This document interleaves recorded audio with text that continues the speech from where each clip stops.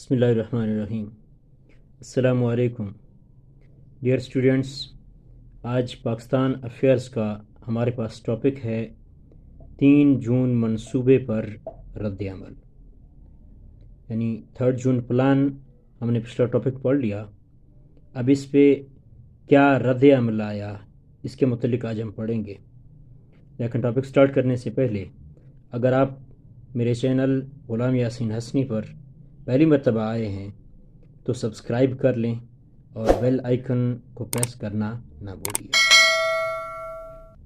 3 جون منصوبہ مکمل طور پر مسلم لیگ کے موقف کے مطابق تھا، نہ ہی کانگریس کے، یعنی 3 جون پلان نہ تو مسلم لیگ کے موقف کے مطابق تھا اور نہ ہی کانگریس کے موقف کے مطابق تھا۔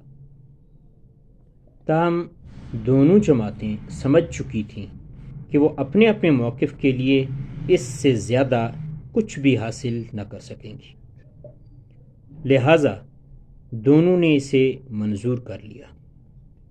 غیر مسلم اکثریتی صوبے آسام، بہار وغیرہ تو بلا تردد پاکستان کا حصہ بھارت کا حصہ قرار پا چکے تھے۔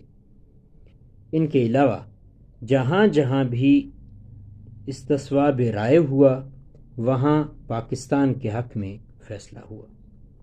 پنجاب اور بنگال کی تقسیم طے ہو گئی تھی، لہٰذا اس مقصد کے لیے ریڈ کلف نامی ایک برطانوی وکیل کو مقرر کیا گیا۔ اس نے اپنی مسلم دشمنی کا ثبوت دیتے ہوئے کئی ایسے مسلم اکثریتی علاقوں کو بھارت میں شامل کر دیا جن کی دفاعی اور اقتصادی اہمیت بہت زیادہ تھی۔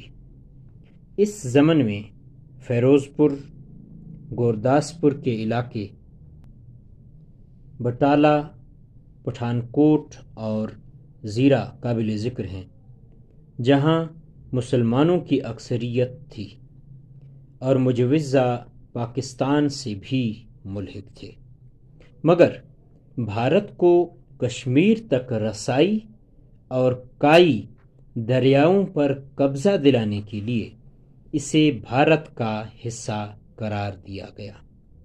اس کے علاوہ بعض مسلم اکثریتی ریاستوں مثلا جموں و کشمیر، حیدرآباد دکن، جوناگڑھ وغیرہ پر بھارت نے فوجی یلغار کر کے قبضہ کر لیا۔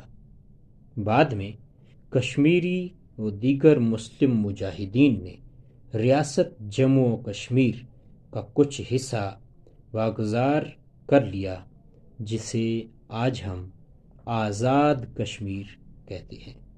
Thanks for watching my video.